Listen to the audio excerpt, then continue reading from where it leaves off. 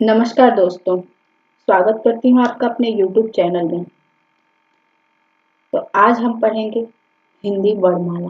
इस वीडियो में हमने वर्णमाला की परिभाषा, वर्ण और माला अलग-अलग करके बताया। हमने ये भी बताया आपको कि वर्ण को ध्वनि और लिपि चिन्ह दोनों कहते हैं। हमने ये भी बताया आपको कि आपसे अगर एग्जाम में पूछ लिया जाए कि वर्णों के व्यवस्थित क्रम को या फिर ध्वनि के व्यवस्थित क्रम को या लिपि चिन्ह के व्यवस्थित क्रम को क्या कहते हैं, तो आप लोग उत्तर सिर्फ वर्णमाला देंगे। ठीक, तो फिर हमने स्वर और व्यंजन ये पढ़ा। जैसे हमने बताया कि स्वतंत्र रूप से बोले जाने वाले वर्ण जो होते हैं वह स्वर होते हैं, जिसमें अ, आ, ई ये सब आते हैं। और व्यंजन वो स्वरों की सहायता से बोले जाने वाले जो वर्ण हो, जैसे अगर हम यहाँ पे क लिखते हैं तो इस व्यंजन में हमें क प्लस अ मतलब इस व्यंजन के साथ हमें स्वर जुड़ा हुआ मिलता है, क्योंकि ये जो है स्वर के बिना जो व्यंजन होता है वो अधूरा होता है, हम उसको पूरा नहीं बोल सकते। अगर हम क बोल रहे हैं तो उसमें अ का उच्चारण हो रहा है, तो ये कह सकते हैं कि जो व्यंजन होते हैं वह स्वर के बिना अधूरे होते हैं। तो हमने ये जाना। अब हम आज जो पढ़ेंगे वो पढ़ेंगे स्वर की मात्राएं। जैसा कि मैंने आपको बताया कि स्वर की मात्राएं किसे कहते हैं। जब स्वर किसी व्यंजन को उच्चारित करता है तो वह उस व्यंजन के साथ अपने वास्तविक रूप में ना आकर जिस रूप में आता है उसे स्वर की मात्राएं कहते हैं। तो यहाँ पे हम समझ लेते हैं, जैसे स्वर है आपका अ। अब जो स्वर की मात्राएं हैं, अ की कोई मात्रा नहीं होती, पर जब हम लिखते हैं क, ख, ग, ऐसे ही जब हम व्यंजन पूरा लिखते हैं तो इसमें जो आधा क और अ जुड़ा हुआ होता है, ऐसे ही ख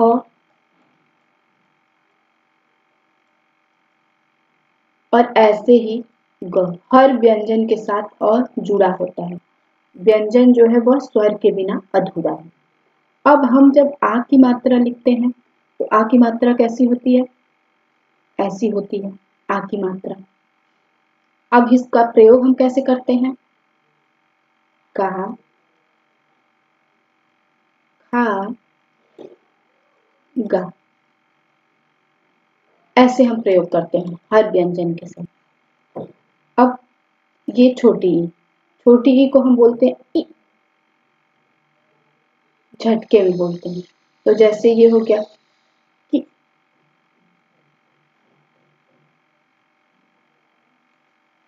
कि, कि, ये हो गया। बड़ी ई को हम ऐसे लिखते हैं और इसको हम बोलते हैं की। हिंदी में की लिखते हैं, की, गी। ऐसे ही ऊ, तो इसकी जो मात्रा होती है वो ऐसे होती है। प्रयोग में हम इसको ऐसे लाते हैं, खु, खु, गु। बड़ा ऊ को ऊ, तो ऊ, खु, गु, गु। अब ऋषि की मात्रा जो होती है वो इस तरह होती है। इसको हम प्रयोग में ऐसे लाते हैं, क्री, क्री, ग्री। इसी तरह हर व्यंजन के साथ आगे जो मात्रा आती है वो आती है ओ। ओ की मात्रा ऐसे होती है, और जब हम इसको प्रयोग में लाते हैं तो ये को, खो और गो बनती है। अ की जो मात्रा होती है वो इस तरह होती है। हम इसको प्रयोग में कौ, खौ, ग। अब आता है जो अंग। अंग की अंग हम दो तरह से मात्रा में लिखते हैं, एक इस तरह चंद बिंदु से और दूसरा चंद्र बिंदु से। तो जो ये बिंदु है वो हमारे संस्कृत भाषा में ज्यादातर यूज होते हैं और ये जो चंद्र बिंदु है वो हिंदी भाषा में ज्यादा यूज होते हैं। हम इसको ऐसे लिखते हैं कम, खम, गम। और ये जो है अह, इसकी मात्रा ऐसी होती है और इसको हम कह, खह और गह ऐसे लिखते हैं। जैसे हम एक नाम ले लेते हैं। अब हम किसी का नाम लिख रहे हैं, जैसे मान लीजिए कोई नाम है सुमन।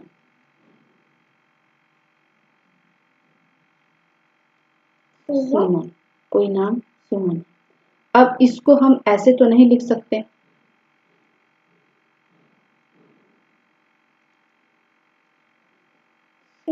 ऐसे तो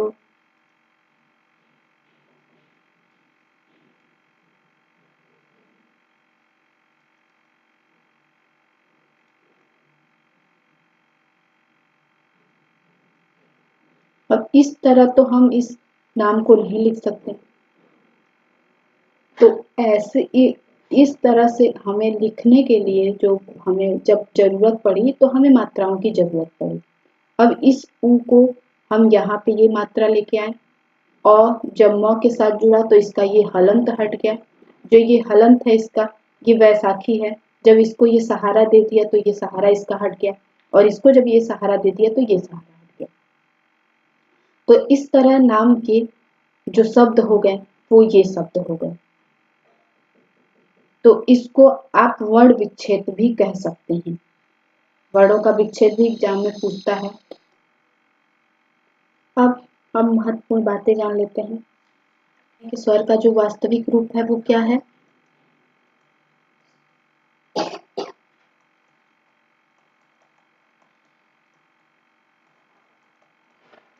स्वर का वास्तविक रूप अ, आ, ये सब है और स्वर की मात्रा क्या है जो हमने प्रयोग करके आपको बताया। तो एक बार फिर से समझ लीजिए कि स्वर अपने वास्तविक रूप में तब लिखा जाता है जब वह स्वर किसी व्यंजन को उच्चारित नहीं कर रहा होता और जब वह किसी व्यंजन को उच्चारित कर रहा होता है तो वह अपने मात्रिक रूप में होता है। तो स्वर अपने वास्तविक रूप में तब होता है जब वह व्यंजन को उच्चारित नहीं कर रहा होता है, लेकिन जब वह किसी व्यंजन को उच्चारित कर रहा होता है तो वह अपने मात्रिक रूप में रहता है। जैसे अब क यहाँ पे मात्रिक रूप में है, खा, कक्का, ये अपने मात्रिक रूप में है। कुछ महत्वपूर्ण बातें हैं जो आपको समझनी होगी। जैसे ये देखिए पहला ये है, ये है,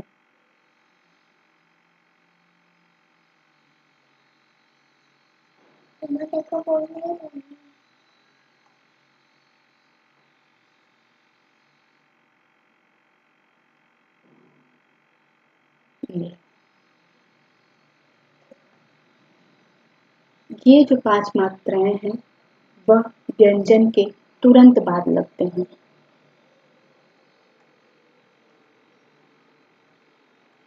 मतलब देखिए ऐसे का, ये व्यंजन के तुरंत बाद लगा, ये भी व्यंजन के तुरंत बाद लगा, ये भी व्यंजन के तुरंत बाद लगा, क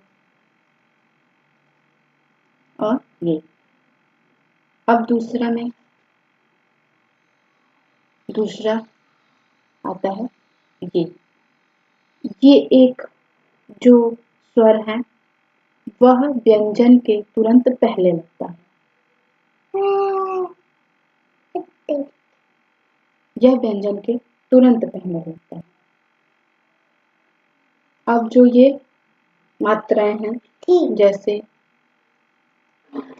ए ए और बिंदी चंद्र बिंदी, तो ये जो मात्राएं हैं वह व्यंजन के ऊपर लगता है।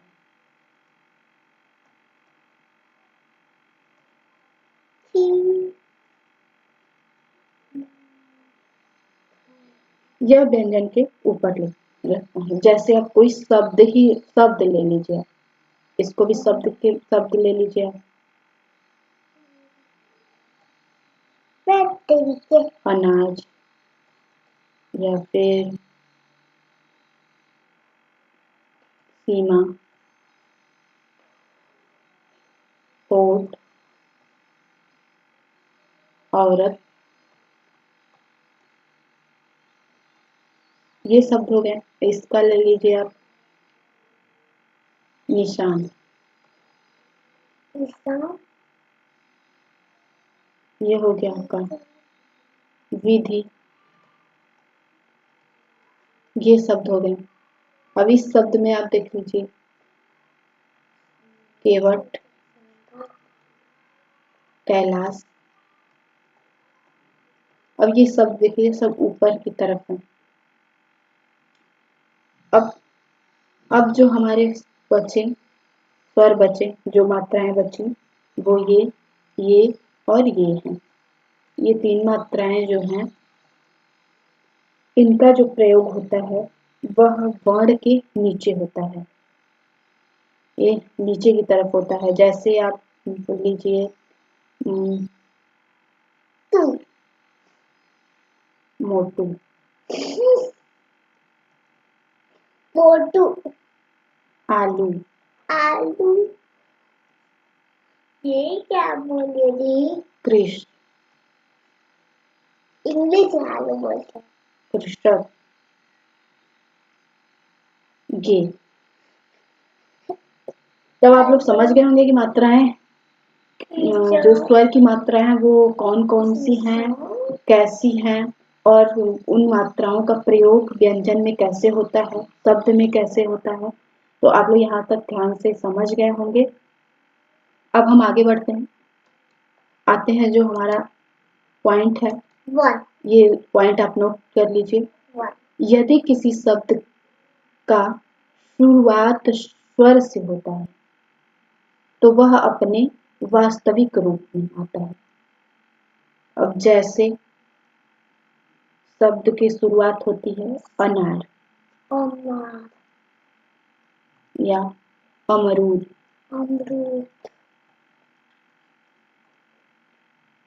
आम,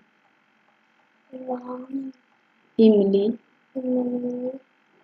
ऐसे ही ये देखिए स्वर है, ये स्वर है, ये स्वर है, ये स्वर है। तो इसमें क्या दिया हुआ, अगर किसी शब्द की शुरुआत स्वर से होता है तो वह अपने वास्तविक रूप में आता है। ये देखिए इसमें कोई मात्रा नहीं आई है, ये अपने वास्तविक रूप में आता है। समझ गए होंगे आप लोग। अब दूसरा है तू। यदि किसी शब्द में व्यंजन के बाद लगातार दो स्वर आए हों तो पहला स्वर मात्रिक रूप में तथा दूसरा स्वर अपने मूल या वास्तविक रूप में लिखा जाए। अब जैसे समझ लीजिए फरमाइश,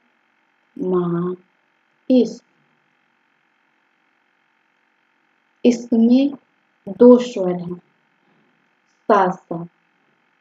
ये क्या है, एक है आ और दूसरा ई। तो जो पहला स्वर आया वो अपने मात्रिक रूप में आया और दूसरा स्वर जो है वो अपने वास्तविक मतलब मूल रूप में आया। दूसरा शब्द है वह है माइक। अब इसमें क्या है, इसमें भी 2 स्वर आए हैं, आ और ई। तो पहला स्वर जो है वो देखिए अपने मात्रिक रूप में आया, दूसरा अपने वास्तविक रूप में। ऐसी इसी तरह शब्द ये देखिए यहाँ पे है, यहाँ पे शब्द है शुरुआत। तो शुरुआत में ये ऊ है और आ है। तो ये पहला देखिए अपने मात्रिक रूप में आया है और दूसरा अपने वास्तविक रूप में। तो आशा करती हूँ आप लोग यहाँ तक समझ गए होंगे। अगले वीडियो में हम स्वरों के वर्गीकरण को लेके आएंगे। इसके लिए आप मेरा हौसला बढ़ाइए, मुझे लाइक, सब्सक्राइब और शेयर करिए। आप लोग का मेरे साथ बने रहने के लिए बहुत बहुत धन्यवाद।